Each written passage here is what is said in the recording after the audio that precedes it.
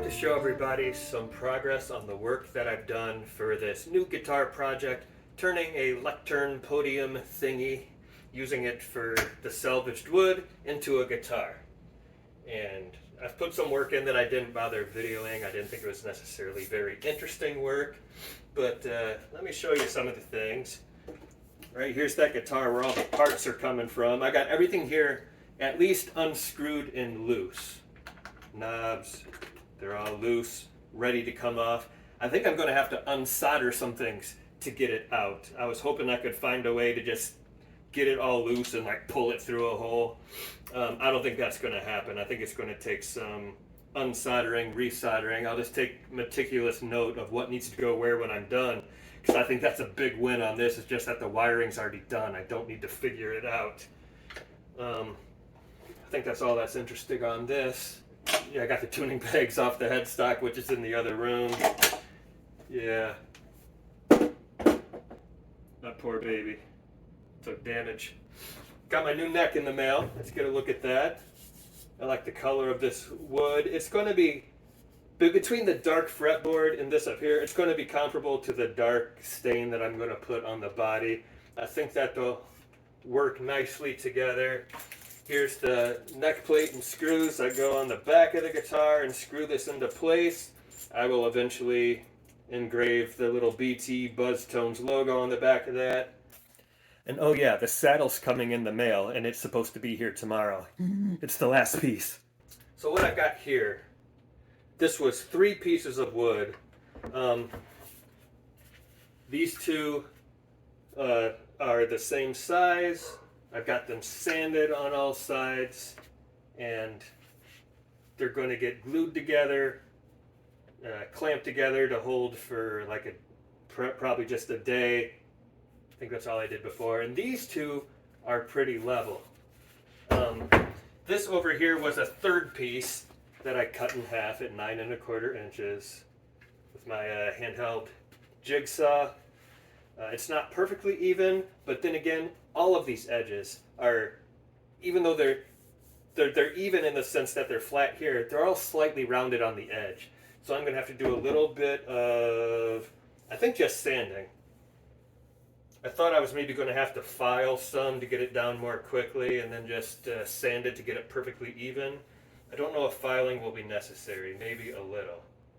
But the problem with these is that there's a bit of space there on the end. There's a little bit of rocking, and that's not going to be acceptable. I'm going to have to get some of that sanded level so that's at least a lot closer to flat when I go to glue it and clamp it shut, so it'll stick and be one solid piece when it's done, because then these glued together and these glued together are going to come together too. This glued together, and then that will be the large, if you want to call it like a body blank, that I'm going to carve the body out of. So now let's talk a little bit about what I'm doing with the body. This is a diagram I printed off of the guitar that I took the parts from. I actually did it when I bought the black one, because it's got the exact same setup and everything, because this explains what all the different switches do. It was a bit of a mystery to me, so I needed the answer to that. But now that I've got this, I used it to take measurements and write the measurements down, because to get the proper intonation on my guitar, I'm going to want to have the same distances between like where the Bigsby connects, where it touches here, where it goes over the saddle, where the neck starts, and thusly where the strings reach the nut up at the top of the guitar. If I don't get all that right, there's going to be intonation problems.